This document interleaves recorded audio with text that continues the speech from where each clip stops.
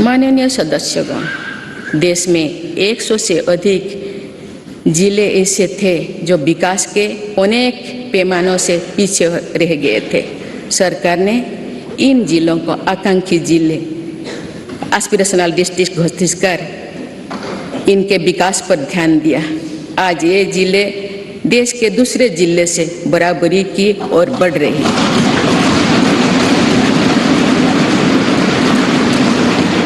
आकांक्षी जिले को सफलता को अब मेरी सरकार ब्लॉक स्तर पर दोहराने के लिए काम कर रही है और इसके लिए देश में 500 ब्लॉक्स को एस्पिरेशनल ब्लॉक के रूप में विकसित करने का कार्य शुरू किया गया है। ये आकांक्षी ब्लॉक सामाजिक न्याय की एक संस्थागत व्यवस्था के तौर पर विकसित किए जा रहे हैं। देश के जनजातीय क्षेत्रों, पहाड़ी क्षेत्रों, समुद्री क्षेत्रों और समावेशी क्षेत्रों को भी बीते दशकों में विकास का सीमित लाभ ही मिल पाया था। नॉर्थ ईस्ट और जम्मू कश्मीर में भी दुर्गम परिस्थितियों के साथ साथ अशांति और आतंकवाद भी विकास के सामने बहुत बड़ी चुनौती थी। मेरी सरकार ने स्थायी शांति के लिए भी अनेक सफल कदम उठाए हैं और भौगोलिक चुनौतियों को भी चुनौती दी है। इसी के परिणाम है कि नॉर्थ ईस्ट और हमारे सीमावर्ती क्षेत्र विकास की एक नई गति का अनुभव कर रहे हैं। सीमावर्ती गांव तक बेहतर सुविधाएं पहुंचाने के लिए मेरी सरकार ने वाइब्रेंट विलेजेस प्रोग्राम पर काम शुरू किया। राष्ट्रीय सुरक्षा की दृष्टि से भी सीमावर्ती क्षेत्रों में अभूतपूर्व इंफ्रास्ट्रक्चर बीते सालों में तैयार किया गया है। इससे भी इन क्षेत्रों में विकास की गति मिल रही है। पिछले कुछ दशकों से राष्ट्रीय सुरक्षा के लिए बहुत बड़ा खतरा बन चुकी वामपंथी हिस्सा भी अब कुछ जिलों तक ही सीमित रह गए हैं।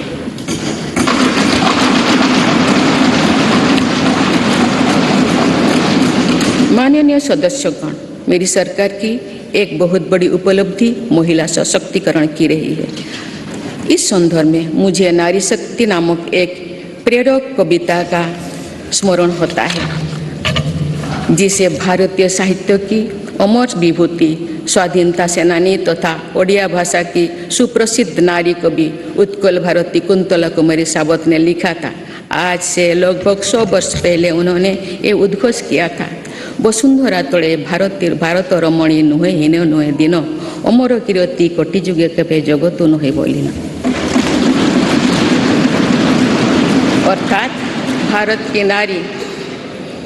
की नारी पृथ्वी पर किसी की तुलना में ना तो हीन है ना दीन है। संपूर्ण जगत में उसकी अमर कीर्ति युगों युगों तक कभी लुप्त नहीं होगी, यानी सदैव बनी रहेगी।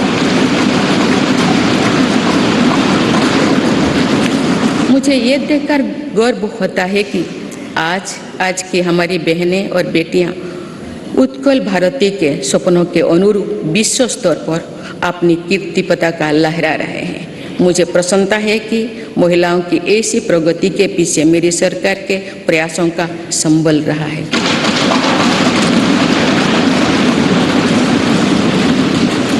मेरी सरकार द्वारा जितने भी कल्याणकारी योजनाएं शुरू की गई है, उनके केंद्रों में महिलाओं का जीवन आसान बनाना, महिलाओं को स्वरोजगार के नए अवसर देना और महिला सशक्तिकरण रहा है।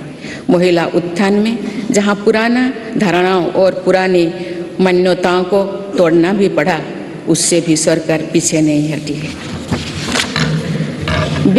बेटी बचाओ बेटी पढ़ाओ अभियान की सफलता आज हम देख रहे हैं। सरकार के प्रयासों से समाज में जो चेतना आई, उससे बेटियों की संख्या में निरंतर वृद्धि हो रही है।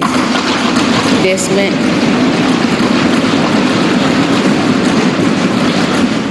में पहली बार पुरुषों की तुलना में महिलाओं की संख्या अधिक हुई है एवं महिलाओं का स्वास्थ्य भी पहले के मुकाबले और बेहतर हुआ है। प्रधानमंत्री सुरक्षित मातृत्व अभियान हो या फिर प्रधानमंत्री मातृ वंदना योजना, इनमें माँ और बच्चे दोनों की जीवन को बचाने में हम सफल रहे हैं। आयुष्मान भारत योजना की भी लगभग 50% लाभार्थी महिलाओं ही है। माननीय सदस्यगण, मेरी सरकार बेटियों की पढ़ाई से लेकर उनके करियर तक हर बाधा को दूर करने का प्रयास कर रही है। देश के सरकारी स्कूलों में बेटियों के लिए अलग टॉयलेट का निर्माण हो या फिर सैनिटरी पैड से जुड़ी योजना, इससे बेटियों के ड्रॉप आउट रेट भी बहुत कम आई। स्वच्छ भारत अभियान से महिलाओं की गरिमा तो बढ़ी ही है, इससे एक सुरक्षित माहौल भी उन्हें मिला है।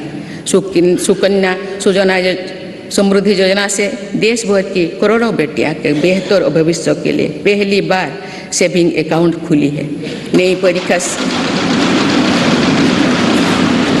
नई राष्ट्रीय शिक्षा नीति में भी बेटियां की शिक्षा के लिए अनेक महत्वपूर्ण कदम उठाई गई है।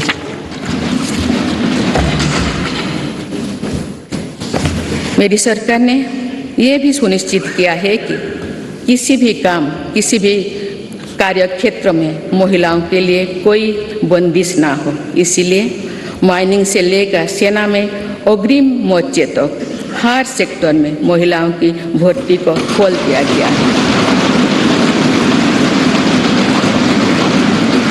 सैनिक स्कूलों से लेकर मिलिट्री ट्रेनिंग स्कूलों तक में अब हमारी बेटियां पढ़ाई और ट्रेनिंग कर रही है।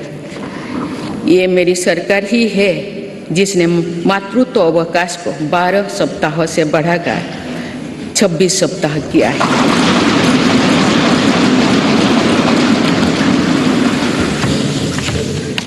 मुद्रा योजना की लगभग 70% लाभार्थी महिला उद्यमी ही है। एक स्टडी के अनुसार इस योजना से महिलाओं की आर्थिक शक्ति और सामाजिक फैसलों में उनकी भागीदारी बढ़ी है। पीएम आवास योजना के तहत मिलने वाली घरों की रजिस्ट्री भी महिलाओं के नाम पर होने से महिलाओं का आत्मविश्वास बढ़ा। जन धन योजना से पहली बार देश में बैंकिंग सुविधाओं में महिलाओं और पुरुषों के बीच अब बराबरी आ गई है। देश में इस समय 80 लाख से ज़्यादा स्वयं सहायता समूह भी काम कर रहे हैं, जिनमें करीब 9 करोड़ महिलाएं जुड़ी हुई हैं। इन महिला स्वयं सहायता समूहों को सरकार द्वारा लाखों करोड़ रुपए की मदद दी जा रही है। माननीय सदस्यगण, हमारी विरासत हमें जोड़ों से जड़ती है और हमारा